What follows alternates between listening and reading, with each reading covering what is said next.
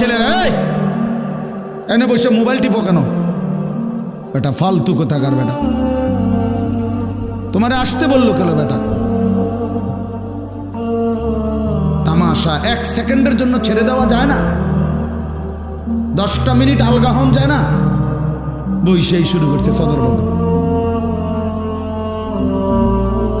গাফিল কোথাকার বেটা, মানে এক জিন্দেগি বানায় নিছে যে যেখানে আমি কি হুজুর, কি আলেম, কি আল্লাহর কথা, কিছুর কোনো পাত্তা না। আমার যেটা মনে কয় না।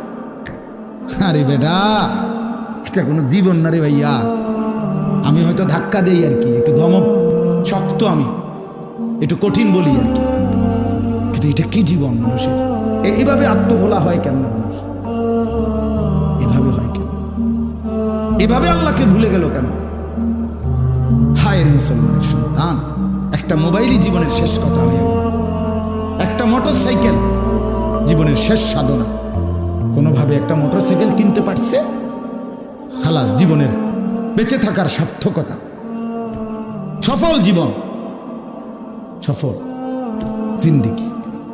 মোবাইল,